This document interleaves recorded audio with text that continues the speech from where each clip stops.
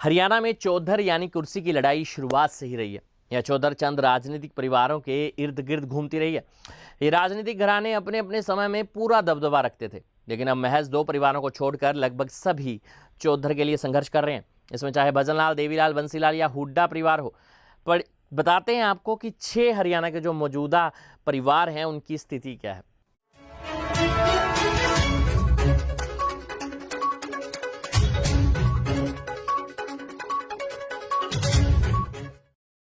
आजादी के बाद हुए पहले चुनाव से चुनावी मैदान में है हुड्डा परिवार।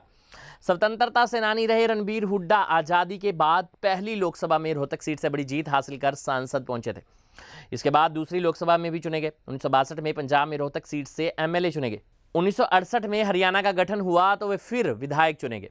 इसके बाद राज्यसभा सांसद रहे। उनके बेटे चौधरी भूपिंदर सिंह हुड्डा 2 बार हरियाणा के सीएम रहे। हुड्डा 4 बार सांसद और 4 बार विधायक रहे। भूपिंदर सिंह हुड्डा के बेटे दीपेंद्र हुड्डा भी 3 बार सांसद रह चुके हैं, लेकिन 2019 के लोकसभा चुनाव में दोनों पिता पुत्र चुनाव में खड़े हुए। हुड्डा ने सोनीपत से तो दीपेंद्र हुड्डा ने रोहतक से चुनाव लड़ा, लेकिन दोनों चुनाव हार गए। विधानसभा चुनाव से पहले हुड्डा ने हाईकमान पर दबाव बनाया और प्रदेशाध्यक्ष पद बदलवा लिया। अब चुनावी कमान लगभग उनके हाथ में है। ऐसे में अपने गढ़ के साथ साथ प्रदेश भर में कांग्रेस की ज़्यादा से ज़्यादा सीट लाना उनके लिए चुनौती है, जिसके लिए वो संघर्ष कर रहे हैं। पंचायत में पंच से राजनीति की शुरुआत करने वाले चौधरी भजनलाल 3 बार हरियाणा के मुख्यमंत्री रहे। पहली बार 1968 में चुनाव जीतकर राजनीति में आए। वे 9 बार विधायक चुने गए। पार्टी बदलकर भी चुनाव लड़ा, लेकिन कभी हारे नहीं। आदमपुर की जनता ने हमेशा विधानसभा भेजा। उनके बेटे चंद्रमोहन बिश्नोई विधायक रह चुके हैं और पूर्व डिप्टी सीएम भी रहे हैं। हालांकि 2014 में वे चुनाव हार गए। अब कांग्रेस से सीट की आस है। भजनलाल के छोटे बेटे कुलदीप बिश्नोई अपने पिता की सीट आदमपुर से मौजूदा विधायक हैं। उनकी पत्नी रेणुका बिश्नोई हांसी से विधायक हैं, लेकिन 2019 के लोकसभा चुनाव में उनके बेटे भव्य बिश्नोई हिसार से चुनाव में उतरे। वे अपनी जमानत तक नहीं बचा सके। अपने गढ़ आदमपुर में भी उन्हें हार का सामना करना पड़ा। विधानसभा चुनाव में कुलदीप बिश्नोई और रेणुका बिश्नोई के लिए अपनी सीट बचाना बड़ी चुनौती से कम नहीं होगा। आज़ादी आंदोलन में शामिल देवीलाल 2 बार पर हरियाणा के सीएम रहे। हरियाणा के साथ साथ पंजाब में विधायक रहे। देवीलाल 2 अलग अलग सरकारों में देश के डिप्टी प्रधानमंत्री भी बने।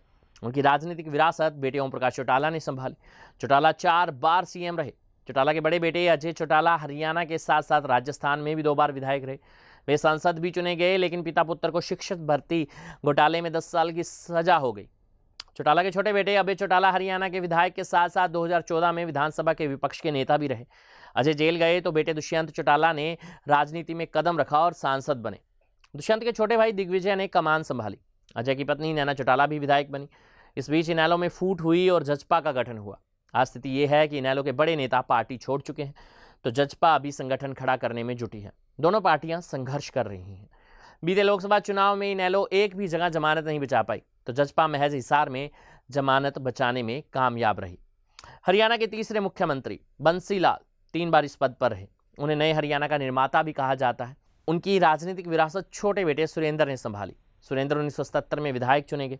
इसके बाद राज्यसभा सांसद बने, फिर 96 और 98 में लोकसभा के लिए चुने गए। 2005 में उनकी हेलीकॉप्टर हादसे में मौत हो गई। पति की मौत के बाद किरण चौधरी राजनीति में उतरी और विधायक चुनी गई। वे 2014 में तीसरी बार विधायक चुनी गई। उनकी बेटी भी राजनीति में उतरी और भिवानी सीट से 2009 में चुनाव जीता। इसके बाद 2014 में फिर से चुनाव लड़ा, लेकिन हार गई। 2019 में फिर से कांग्रेस की सीट पर खड़ी हुई, लेकिन दूसरे नंबर पर रही। ऐसे में ये विधानसभा चुनाव बंसीलाल परिवार के लिए भी चुनौती से कम नहीं है।